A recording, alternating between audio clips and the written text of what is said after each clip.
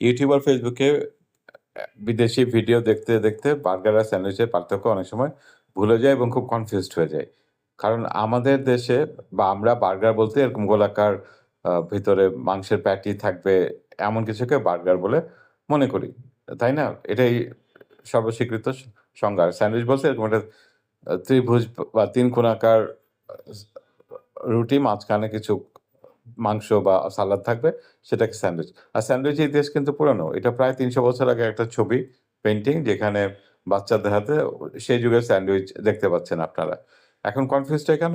এই যে এখন যেটা দিলাম সেটাকে হচ্ছে আ বার্গার আমরা মনে করি কিন্তু এটাকে আমেরিকানরা স্যান্ডউইচ বলে। এটা বেশ কনফিউজড লাগে, তাই না? আর এখন যেটা ছবি দিচ্ছি সেটা স্যান্ডউইচ আমরা মনে করি। কিন্তু এটা আবার আমেরিকানরা বার্গার মনে করে। তাই এই ঝামেলা হয়। কোনটা যে বার্গার, কোনটা যে স্যান্ডউইচ।